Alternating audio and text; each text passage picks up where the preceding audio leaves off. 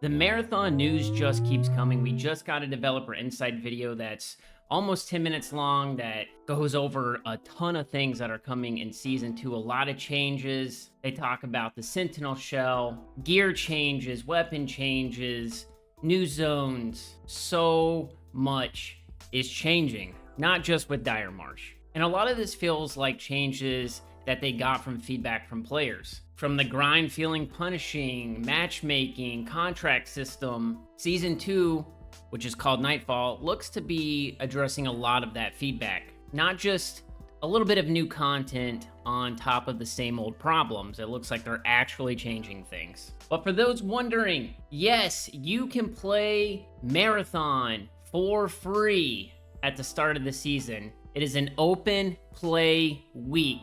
A whole week, not just the weekend, from June 2nd, the day that Season 2 launches, to June 9th, the full game, free, on Steam, PlayStation, Xbox. Don't have to buy anything. Any progress you make during that week will carry over into Season 2 if you buy it. They're running this free trial for people at the exact moment that every player that's been playing since Season 1 is also starting from scratch, which means lobbies are going to be packed full and nobody's really been left behind. And quite honestly, this is probably the best thing that could happen for Marathon. I hope that they continue to do this for every season. It's a smart strategy in my opinion. Speaking on, everybody starting over, Season 1 ends, your vault's going to get wiped. Your armory access also resets. Your shells are going back to factory default. Everything that was related to gameplay progression is gonna reset. What do you keep? Your cosmetics, your non-seasonal codex progress, achievements, your cryo archive subroutines, your Lux and Silk balances. But Bungie's gonna be handing out Cyber Acme sponsored kits based on your final Season 1 runner level. So if you hit level 75 before the start of Season 2, you get a superior kit, so that's cool. Now let's get into the meat and potatoes, Night Marsh. And it really does feel like this is a nighttime map, not just one of those maps where it's got a blue filter on the existing map. The whole vibe just feels completely different. You're not going to have these super long lines of sight. It's going to just be darkness. The anomaly, I think, has been reacting to the presence of runners and apparently will block your movement in some ways. You will get a flashlight, but you got to be careful where you shine it because people are going to see it. Every runner does have access to that flashlight, though. There's also a new type of rounds called vector rounds, where they create pools of light where your bullets land.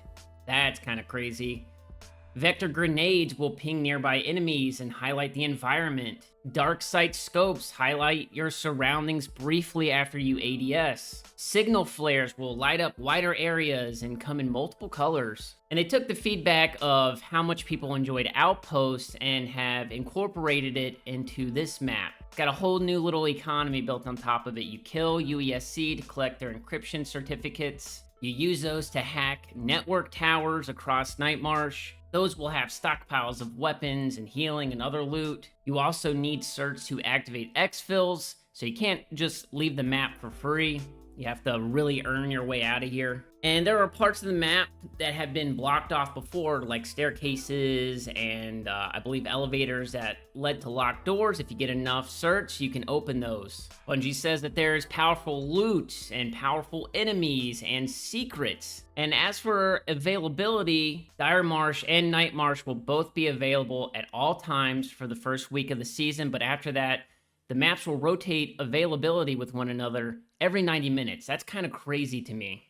I actually really like that. You're not really splitting up the population queue by having a different map and everything, but having it rotate like that, very cool. I think Apex Legends does this with their maps. They'll rotate throughout the day. So I'm very excited for that. Let's talk about Sentinel, the new runner shell, and honestly, this kind of feels like the anti-cheater shell for me. Its prime ability is the Defender system. It's an automated laser platform that you can deploy and will destroy incoming grenades and missiles, and will also boost weapon handling for nearby crewmates. Snare Mine is the tactical. It's a proximity triggered mine that detonates and makes other runners immobilized.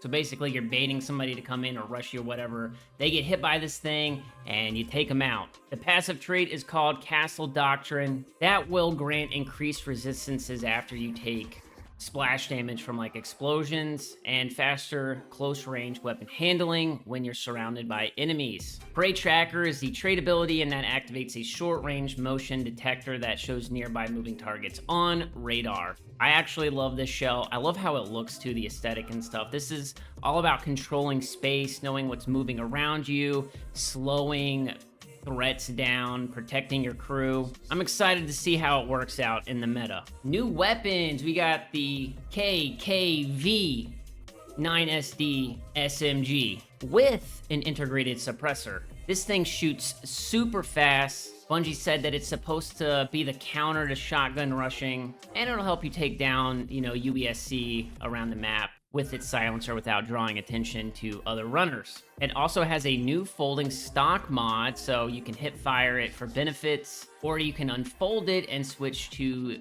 aim down sight benefits. The next weapon is the D54 battle pistol. It's a 3-round burst. It's full auto too, and comes with a red dot sight. They said that it's, the sidearm sniper build. Chips and implants are also getting some changes, and there are 8 new ones coming. I believe they showed off 3. Brain freeze, precision downs, and kills create a frost explosion. Alarmist, which causes projectile impacts to generate a proximity drone alert sound after you've been aimed down sight for a brief moment. And Scrapyard, which gives you a chance to spawn depleted heals or standard materials after kills. That sounds like it could help for solo missions. Implants are also getting a overhaul. In Season 2, implants are named by their perk first with fixed stats that scale with rarity tier. Things like the triage cloaking device are now restricted to higher rarity tiers only, and each faction also gets its own implant family. New calorics, for example, lean towards healing and durability, and Midas lean towards mobility and disruption. Let's talk about the Cradle. That's the new progression system for your runner shell stats. It replaces what used to live kind of inside the faction upgrade trees and like with implants and stuff like that. I'm going to try to explain it, but it's going to be one of those things that you're actually going to have to use and utilize for you to really understand. But you can feed weapons and equipment into a matter converter, which turns them into experience. I don't know what the science is behind that. Better items give more experience. You level up your Cradle, you earn energy, you allocate that energy across stat categories. And when you hit certain thresholds in a category, it will unlock perks for your shells.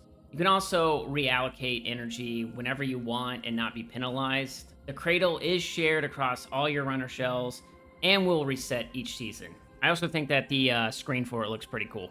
Faction changes and contracts. The progression is getting significantly faster across the board, and this ranges from changes like back-end tweaks and lower level up requirements and more ways to earn rep. Standard contracts will give significantly more faction reputation. Defeating UESC will earn rep. Picking up green tier enhanced valuables will earn rep. And Bungie said that they want quote-unquote regular players, both solo and in crews, max out faction upgrades and hit VIP rank before the season ends, and that was not the case with Season 1. Priority contracts are being restructured in a way that it's going to remove the biggest frustration, and that's that they're no longer gated behind rep levels. They're going to be built around giving loot rewards rather than just being mandatory reputation gates on your progress. They're also changing some of the Cryo contracts. They can be progressed across multiple runs, and only the 7th contract will require taking down the compiler. Ranked does not go live at launch. It will come back June 14th after open play. There are some changes. Low stakes and high stakes are merging into a single queue with a 5,000 loadout minimum, and you gotta bring a holo tag that matches your current rank to enter. This is all to kind of counter the boosting efforts. Your win and loss points are now influenced by the average rank of players in your match.